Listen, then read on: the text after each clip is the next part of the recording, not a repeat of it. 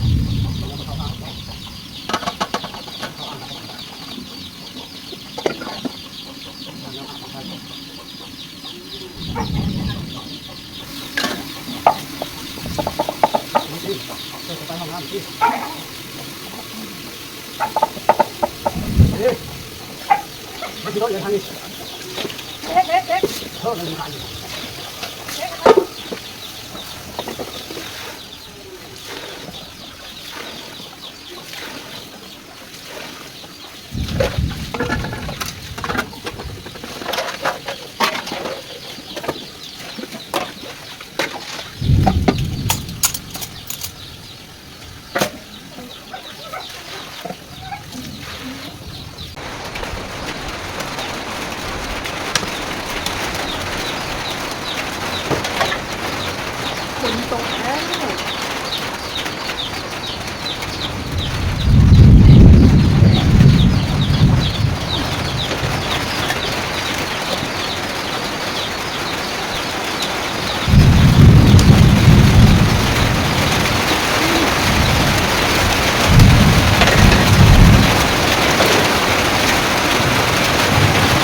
ฝนตกแล้วพี่น้องฝนตกน้ำโตซับแล้วเนาะ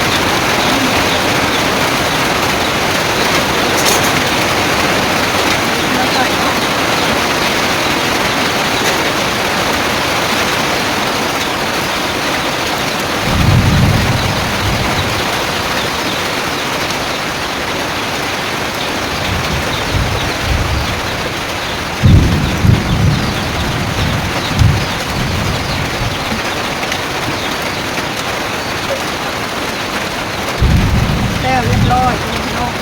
หอมค่ะฝนตกฝนตก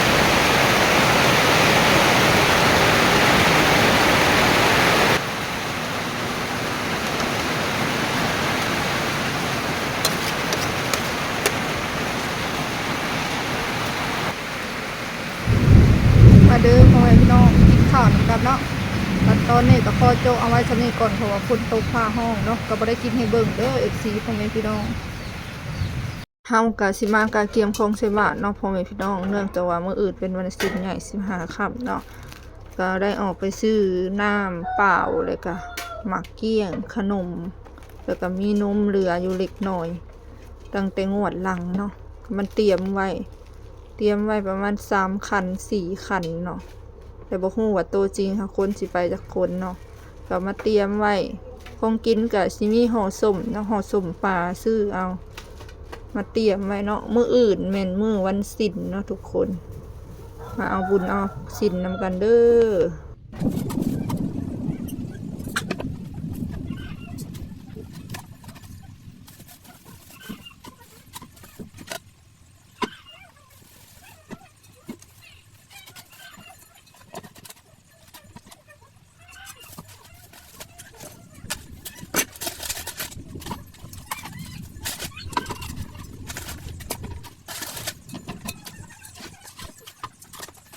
สวัสดีตอนเช้าของวันอาทิตย์ใส่บาตรลุงใส่บาตรลุงวัดใส่บาตรเด้อทุกคนมากระโหไปน้ำบด4 ตัวเช้าอันนี้หาขี้ย่านนี่บักกาแฟผู้บักเซเว่นผู้พอยใส่มิวกี้แม่พอยใส่แม่มิวกี้บ่ได้ไปเนาะหันมิวกี้อยากไปน้ำกันเลย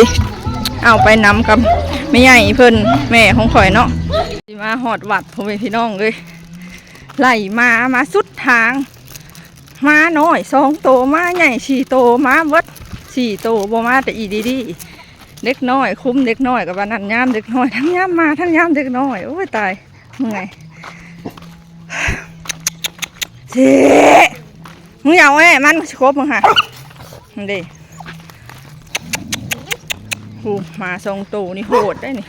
เผื่อสีหอดวัดว่าได้ง่ายเหมือนเขาเทศแล้วบ่เหยียบขี้งัวนี่กี่ก็อย่างว่าน้ำเหมือนเขาเทศแล้วบ่พี่น้องไผ่ดับแต่เมื่อวานนี่ประมาณ4 โมง 5 โมงดับค่ะดับดีแวะโทรศัพท์กับบ่มีเนาะนอนห้อนเมื่อคืนมันหลุดเงียบบ่มีไผ่ค่ะเพราะว่าเมื่อคืนนี่ฝนตกอยู่แต่มันบ่แห้งปานใดหั่นนะแต่ว่ามันก็ดับจังเป็นหยังผ้าดังห้องแห้งแล้วดับโหลดผ้าเหลื่อมผ้าดังห้องแห้งแล้วดับโหลดดับแล้วก็บ่มาเลยหมดคืนมาก็ได้มานำเขาจักไปนั่งน้ำไม่ใหญ่ไปนั่งน้ำไม่ใหญ่ไปปดเกิบก่อนปดเกิบ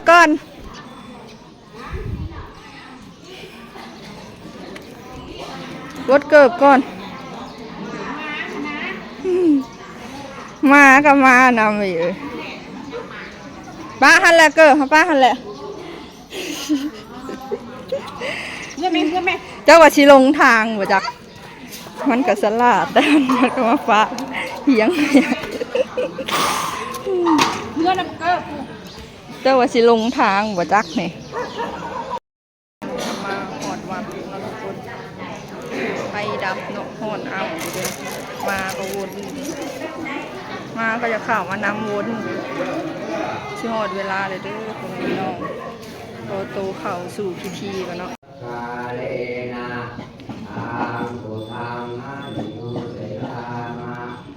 มิวกี้หนุบนะแม่มือค่ะมิวกี้ไฟพาดับเนาะปกติเปิดเสร็จลูก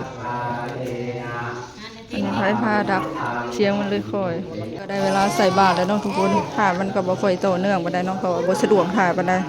น้ำมาอยู่มาก็ลงมาน้ำเบิด4 ตัวยานมันกัดกันเนาะมันเท่านั้นมันก็หมุนอยากเข้ามาน้ำนี่หมุนอยากเข้ามาโวยวายอยากเข้ามาเนาะกระถึกหนึกน้องก็บ่สะดวกบ่ได้เนาะทุกคนก็บ่เวลาก็ได้มื้อนี้เนาะคนก็บางๆไฟผ้ากระดับตั้งแต่เมื่อวานนี้ยังบ่มาอยู่ปกติก็ใส่ลำโพงอะไรเวลาเทศเวลาอย่างอันนี้มันไฟบ่มาก็เลยเงียบอยู่จังซี่เนาะยืนใส่เนาะทุกคนมีประมาณ2 บาท 3 บาทเนี่ยยืนเรียนแถวกันใส่จังนั้นเขาก็จังสิไปเนาะมิวกี้ก็มาน้ำแม่เพิ่นบ่มาน้ำแต่เพิ่นก็ยังมาน้ำหัดไข่แต่เพิ่นบ่ให้เนาะสมเพิ่นยังมาอยู่